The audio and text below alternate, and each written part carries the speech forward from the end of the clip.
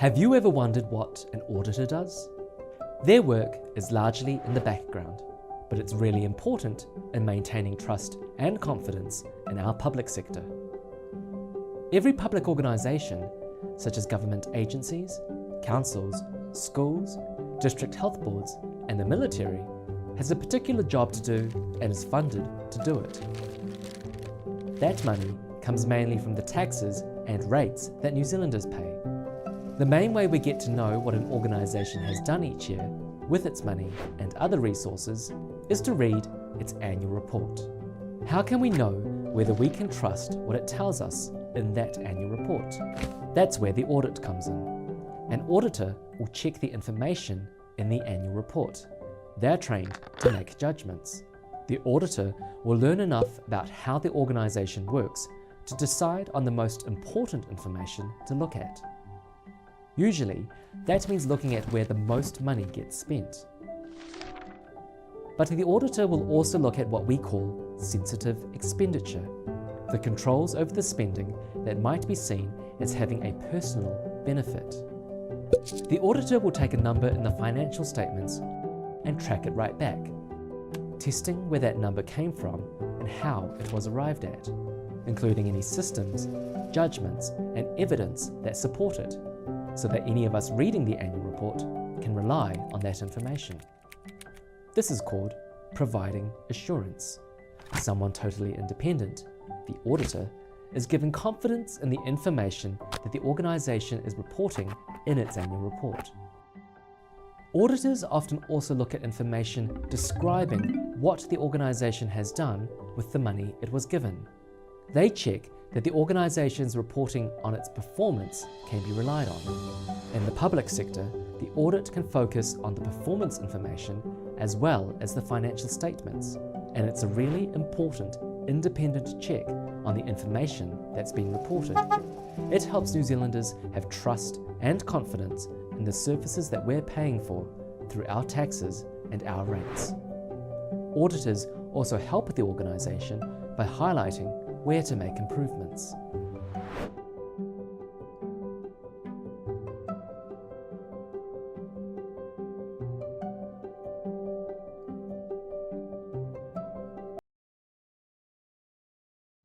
Hello, everyone, every two, every three. Good morning, everyone. We are the last reporter for our course or subject, Public Finance. And today we will be discussing about the government auditing or audit. And our only request is for all of you to listen and allow yourself to learn something that definitely has a big impact in your life as a Filipino. So, what is government audits? Governmental audits are systematic examinations and evaluations of public sector organizations or entities. These audits assess financial records, performance measures, compliance with regulations, and effectiveness of internal controls. What is the importance of auditing the government? Conducting regular audits is necessary as it helps ensure the recording's accuracy. The auditing process also helps identify certain inefficiencies in the processes and finances and make recommendations to improve the situation. However, the main focus mostly remains to check any wrongdoings or non-compliance of government. Lastly, auditing is an important process that helps in enhancing the financial health and internal systems of the government.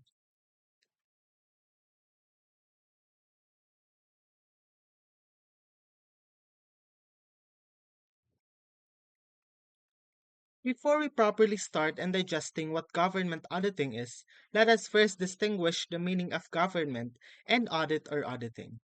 First, government is a political system by which a country or community is administered or regulated. The Philippines is a republic with a presidential form of government wherein power is equally divided among its three branches, the executive, the legislative, and the judiciary. Now, let's proceed in the definition of auditing. Auditing is the verification of financial position as disclosed by the financial statements.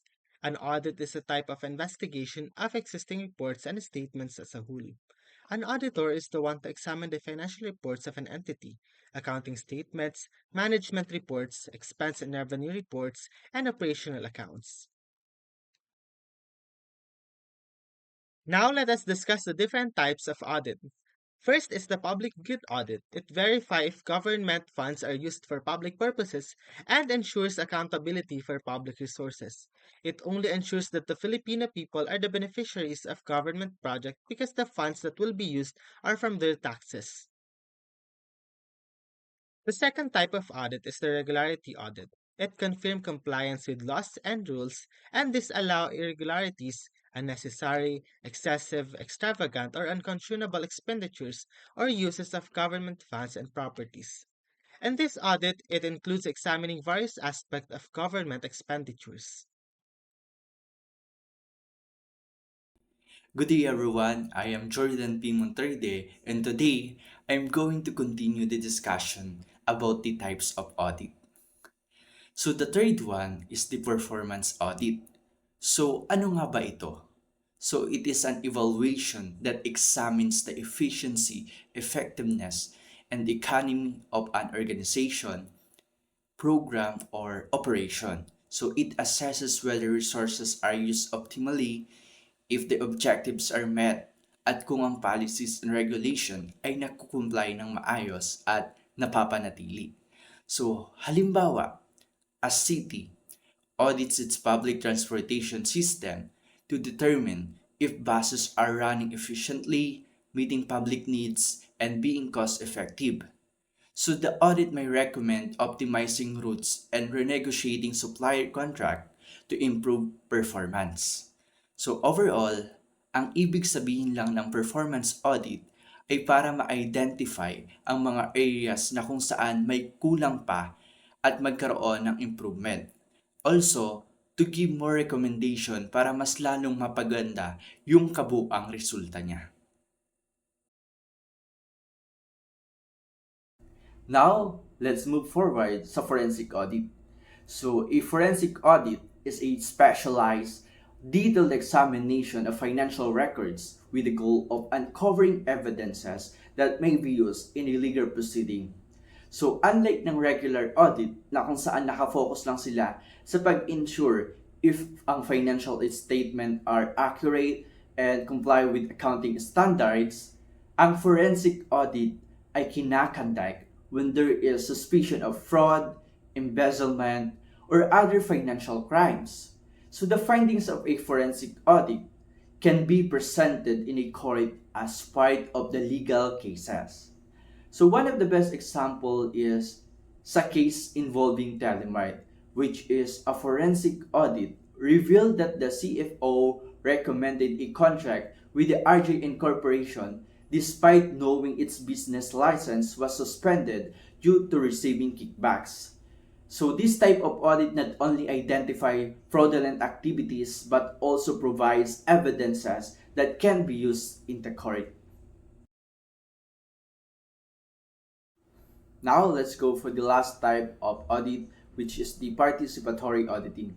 So it is a collaborative process where citizen, civil society organization, and government auditors work together to evaluate public resource usage and service delivery. So this approach enhances transparency and accountability in government operation by involving the community directly in oversight. So citizens provide local insight, CSOs offer expertise and facilitate communication, and government auditors ensure compliance with the legal standards. So the process includes planning, data collection, evaluation, reporting, and follow-up to ensure that the public funds are used effectively. So for example, the Philippine infrastructure projects, collaborative audits to assess public infrastructure quality. So this approach helps align government action with the public needs and promotes accountability. So for our next topic, I will be discussing about the types of audit reports. Investors and regulators view audit reporting as a reliable benchmark for evaluating the legitimacy of a company's financial statements. In financial analysis, it is essential to comprehend these four types of audit opinions. So first one is the clean report, second one is the qualified report, Third is disclaimer report, and the last one is adverse opinion report. So the first one is the unqualified audit opinion or the clean report.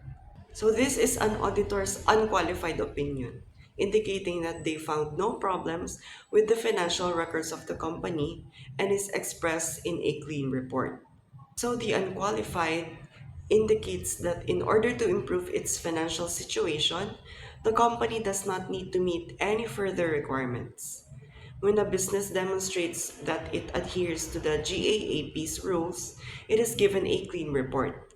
An auditor certifies in the report document that they believe the company is in good financial status and that it abides by all applicable laws and accounting rules. And of course, before making an investment in a firm, the majority of investors prefer to see a clean audit report. So the investor confidence is increased by a clean report, which denotes honest and reliable financial reporting. So the second one is the qualified report or qualified opinion. This one demonstrates that a business has not adhered to all GAAP requirements but is not engaging in illegal or deceptive financial operations. A qualified report indicates that a business needs to fulfill specific requirements in order for auditors to accept its financial situation. If the auditors have any doubts about any specific corporate transactions or operations, they may release this report. Here, an auditor outlines the requirements that a business must meet in order to comply with GAAP in the written qualified report. So the financial management teams can identify areas for improvement in their company's financial situation with the aid of qualified reports. And even though the majority of the financial statements are trustworthy, some things should be looked at and fixed. Businesses who receive a qualifying assessment might need to address the problems found in order to strengthen their financial position. So the third type of audit report is the disclaimer report or the disclaimer of opinion. Auditors issue disclaimer reports when they have excused themselves from providing an opinion about a company's financials. When an auditor releases this report, it usually indicates that they believe that the business was preventing them from accurately recording findings. This could occur if a business makes a mistake in their financial records or if they fail to provide an auditor with adequate answers to their questions.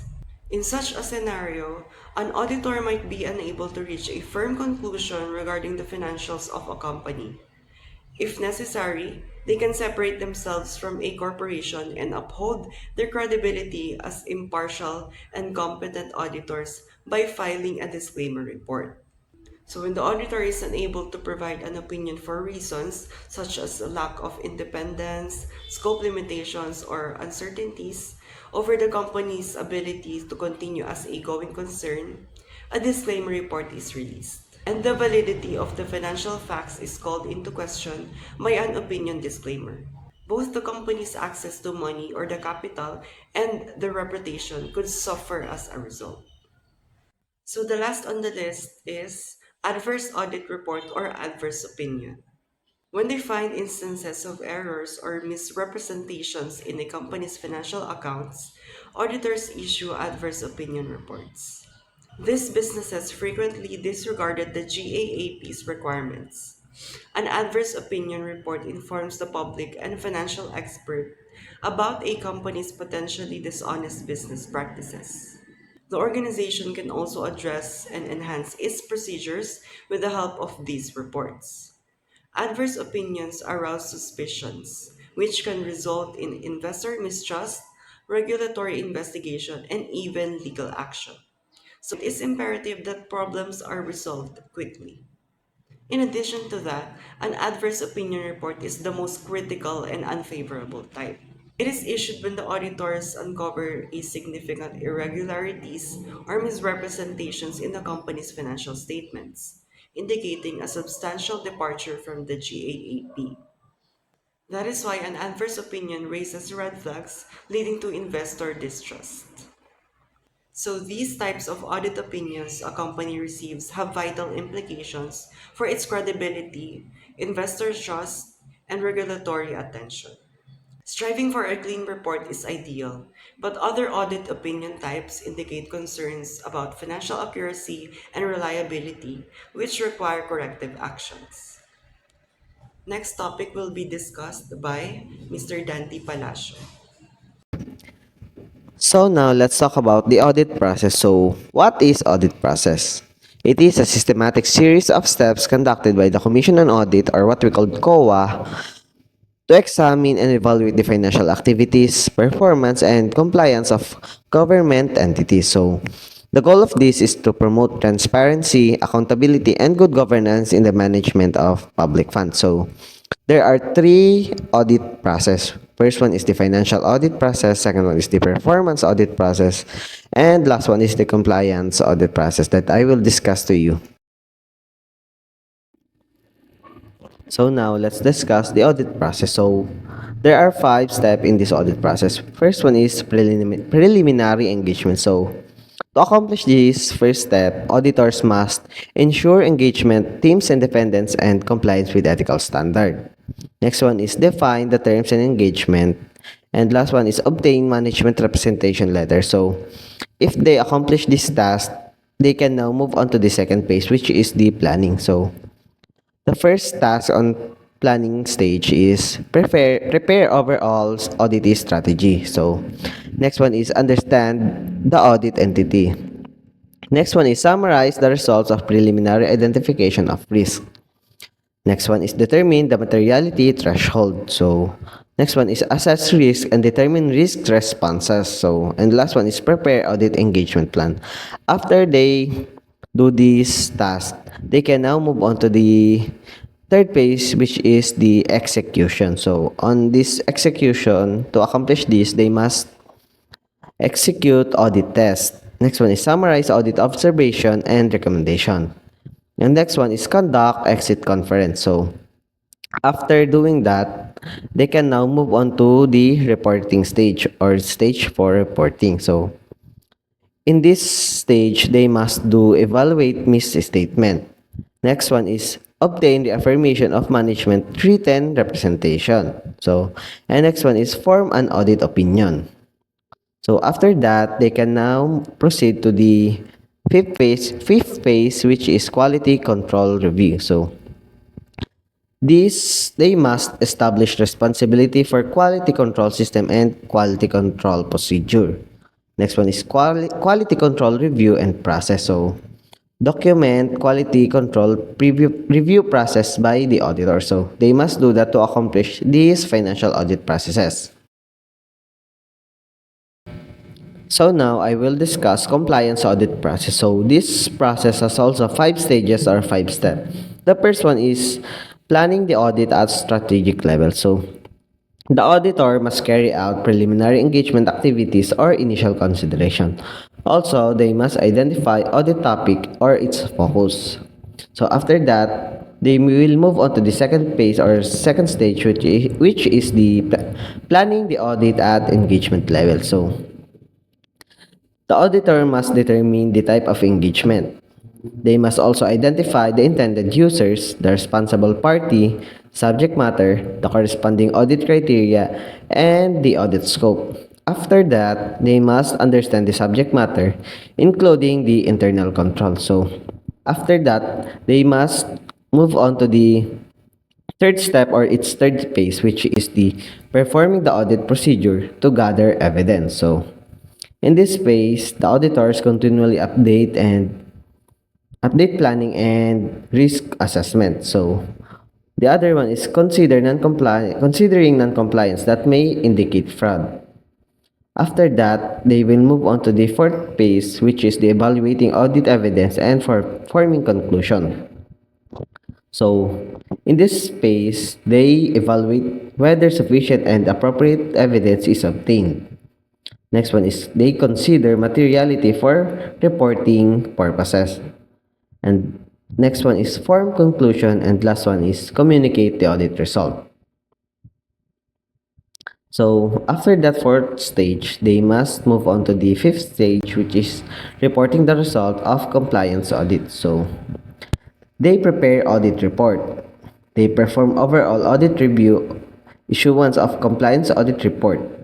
Also, lastly, they wrap up and achieve engagement. So, that's the 5 stages of compliance audit. So now let's talk about the performance audit process. So this process has also 5 steps. So the first one is the strategic performance audit planning. So this step discusses the process on how to select, rank, and prioritize audit topics. So it also teaches auditors how to prepare topic proposal. So the second step, which is the audit planning in the engagement level. So in this step, they detail how to develop an audit objective, criteria, scope, and methodology using audit design matrix. After that second step, they will move on to the third step, which is the audit execution. So in this step, they discusses the process of documenting findings to ensure that the evidence gathered are sufficient and appropriate. So it also briefly discusses the different types of data gathering technique. So on the fourth step, which is reporting, they explain how to write audit report to address the need of stakeholders, including the process for report development and presentation. So after that, on the fifth step or the fifth phase, which is the follow up.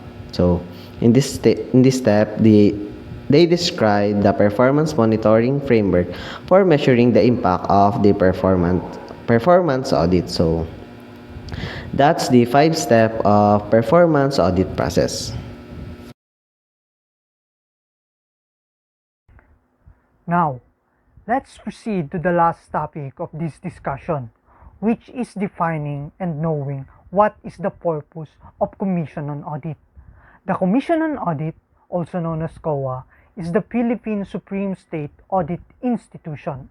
The Philippine Constitution declares its independence as a constitutional office, grant it power to audit all accounts pertaining to all government revenue and expenditure or uses of government resources and to prescribe accounting and auditing rules. It also gives an exclusive authority or power to define the scope and technique for its audit and prohibit the legislation of any law which would limit its audit coverage. So, how does auditing start here in our country, the Philippines? Auditing in the Philippines has a long history, dating back to the Spanish colonial era. During this time, audits were conducted to ensure accountability among colonial officials. Notable practices includes residencia, an inquiry into the accounts of the outgoing official, and the visita de tierra, a triennial inspection that often exposed anomalies in the local government accounts. In the 1700s, the colonial official conducted an early form of financial audits, such as the inspection of the Misericordia de Manila. By 1739, the Royal Esquiquer was established, requiring all government accounts to be scrutinized and certified, a precursor to a modern auditing. By mid-19th century, they created the Tribunal de Cuentas, a supreme auditing institution that based here in the Philippines that lasts until the end of the Spanish rule. This institution was the one who is responsible for auditing all financial matters affecting the colony, laying the groundwork for more structured auditing processes. With the arrival of the American rule, the Office of the Auditor for the Philippine Island was established in 1899, marking the formal beginning of the modern auditing here in our country. This office evolved into a Bureau of the Insular Auditor, introducing a double entry bookkeeping and the creation of a provincial audit division. After the 1935 Constitution, the audit institution was elevated to a constitutional body known as the General Auditing Offices. The General Auditing Office was headed by a Filipino Auditor General and symbolized the transition to a self-government, reflecting to a broader independence movement in the Philippines. During martial law in 1972, the General Auditing Office was restructured into the Commission on Audit, or also known as COA. With the expanded power under the 1973 Constitution, COA's scope of authority was broadened. That includes auditing all government entities, and a 3-man commission was introduced to enhance its independence to the government. Following the 1986 EDSA revolution, the 1987 Constitution reaffirmed the COA's independence as the supreme auditing body of the government. The Commission role was solidified as the sole external auditor of the government agencies and GOCCs, ensuring the accountability across all levels of the government. So, what is the vision and mission of Commission on Audit? Their vision is to become trustworthy, respected, and independent audit institution that is enabling partner of the government in ensuring a better life for every Filipino. So what does it mean? It means that they want to become an institution that not controlled by any government entities or official, even they are from the office of the president down to the congressman or governor. They want to become a separate entity in order to ensure the transparency and in order to provide a specific report that is not biased. And for them to do this, they need to ensure the accountability for public resources, promote transparency, and help improve government in operation in partnership with the stakeholders for the benefits of the Filipino people. Let us now discuss the 7 core values of Commission on Audit. First, God-centeredness. They believe that everything comes from God, and therefore their highest accountability is to Him, not to any other politician or people. Second, patriotism. They commit to serve the best interests of the Filipino people and the country, which will have priority over all other consideration. Third, excellency. They pursue a world-class audit services availing of the state-of-the-art technology in conformity with the international standard and best practices. Third, they discharge their mandate with the adherence to a moral and ethical principle and the highest degree of honesty, independence, objectivity, and professionalism. Fifth, professionalism. They believe in the continuous enhancement of the skills, competence, and expertise of the personnel in the basic rights of every member of the organization, to self-development and well-being. 6. Courtesy, modesty, and humility. They uphold the practices courtesy, modesty, and humility at all times and acknowledge that we do not have a monopoly of technical expertise. And lastly, reverence for truth and the rule of the law. They pledge to remain steadfast in their sworn duty to uphold COA's ideals of the reverence for truth and the rule of the law. So, let us now discuss the nature of Commission on Audit. The Commission on Audit is a constitutionally created autonomous public office and agency like Commission on Election and Civil Service Commission.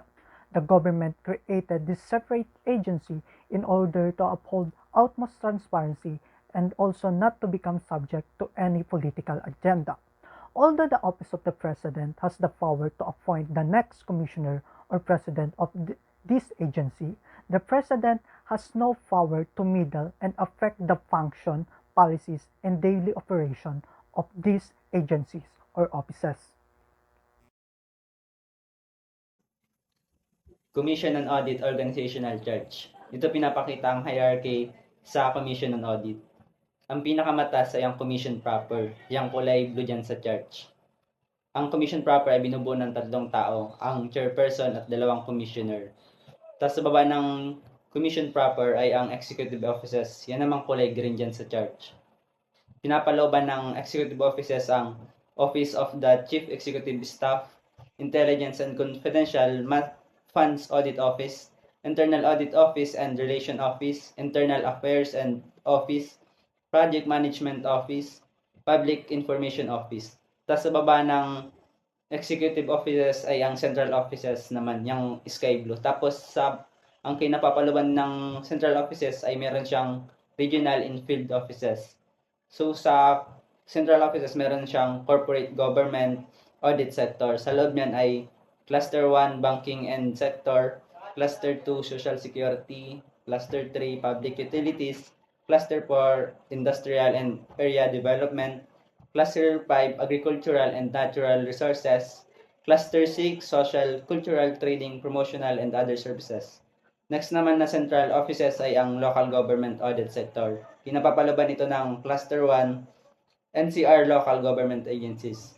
Next central offices ay ang national government audit sector. Kinapapalaban naman ito ng cluster 1 executive offices, cluster 2 diversity and public debt management offices, cluster 3 legislative, judiciary and constitutional offices, cluster 4 defense and security, cluster 5 education and employment, cluster 6 health and science. Tapos cluster 7 public works, transport and energy, cluster 8 agricultural and environment. Sunod naman na central office ay ang special services sector. Kinapapalaban naman ito ng performance audit sector, special audit office, fraud audit office, tapos ang next is ang system and technical services sector. Kinapapalaban rin naman ito ng technical service office, internal control system, advisory office, information technology audit office. Tapos next na central office ay ang commission proper adjudication sector. Napapalaban ito ng claims and adjudication office, corporate, claims and education office local, claims and education office national. Tapos ang next na central office ay ang legal service sector. Kinapapalaban naman ito ng legal affairs office, prosecution and litigation office. Tapos ang next na central office ay ang government accountancy sector. Sa baba nito ay ang government accountancy sector, accounting system development and other services office. Next one is yung administration sector. Pinapapalaban naman ito ng human resource management, general services office, information technology office. Tapos yung last is yung professional and institutional development sector. Pinapapalaban ito ng professional development office, quality assurance office. Key officials of Commission on Audit. The first one is the chairperson. The current chairperson of the Commission on Audit is Chairperson Gamalil Asis Cordova. Inappoint siya ni President Ferdinand R. Marcos Jr. bilang chairperson ng Commission on Audit noong October 21, 2022. Sa ngayon, si Chairperson Cordova ay nagsiserve as External Auditor of the International Labour Organization. Bago na-appoint si Cordova sa chairperson ng COA ay isa rin siyang lawyer, economist, and public administrator. And isa rin siya sa pinakamatagal na nagsiserve as Commissioner ng National Telecommunications Commissioner or NTC.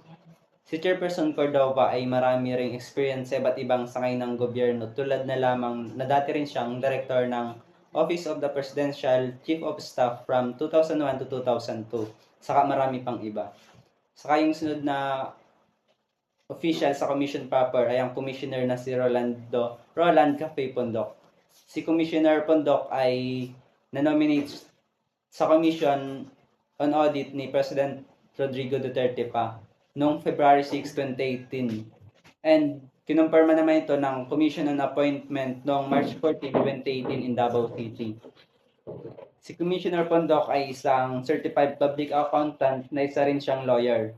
Si Commissioner Pondok ay talagang napakaraming achievement and award na nakuha. Kaya sa background niya pa lang ay masasabing tama lang siya para sa posisyon na yun. Si Commissioner Pondok ay naging International Awardee of the Philippine Institute of Certified Public Accountant ng maraming beses. Saka yung isang commissioner ay si Commissioner Nario Gonzales Lipana. Si Commissioner Lipana ay ninominate rin siya ni President Duterte noong January 17, 2022 naman.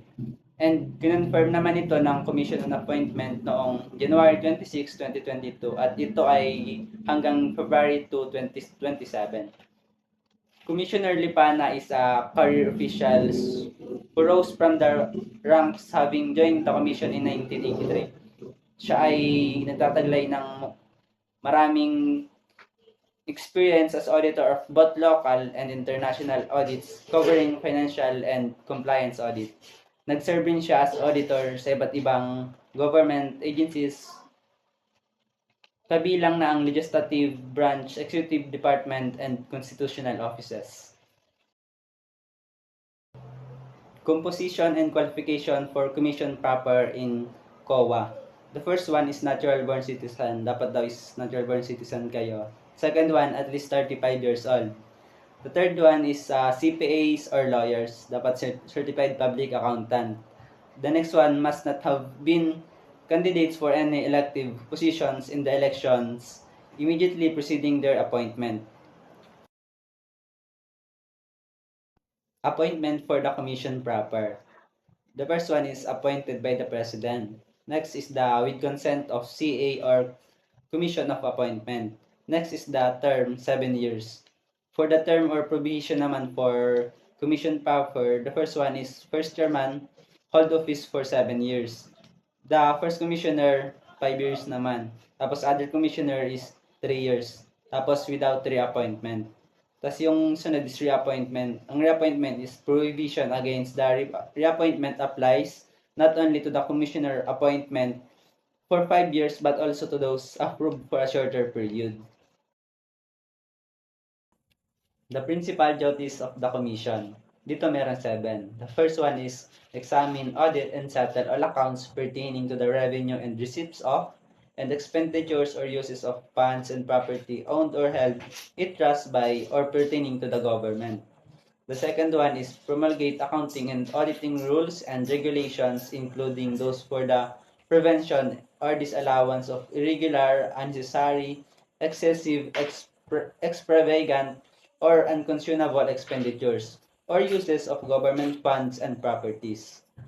The third one is submit annual reports to the President and the Congress of the financial condition and operation of the government.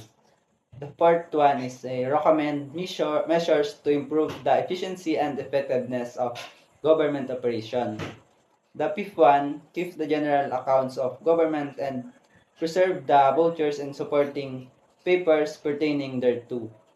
The sixth one is decide any case brought before it within 60 days. The seventh one is perform such other duties and functions as way be provided by law.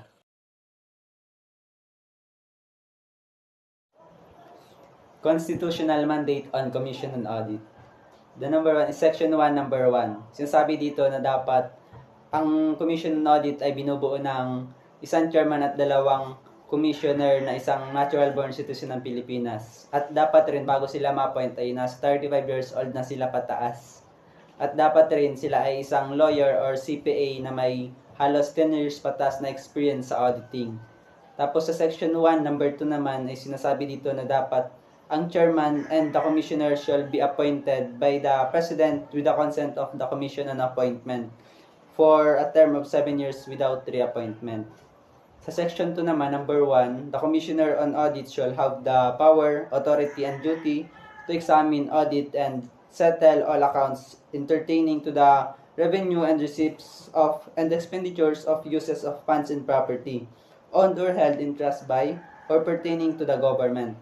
Section 2, number 2, the Commission shall have exclusive authority subject to the limitation in this article to define the scope of its audit and examination, establish the techniques and methods required therefore, and promulgate accounting and auditing rules and regulation. Section 3 is no law shall be erased exempting any entity to the government or its subsidiary if any does whatever or any investment of public funds from the jurisdiction of the Commission on Audit. For the Section 4, the Commission shall submit to the President and Congress within the time fixed by law an annual report covering the financial condition and operation of the governments. its subdivisions, agencies, and instrumentalities, including government-owned or controlled operations.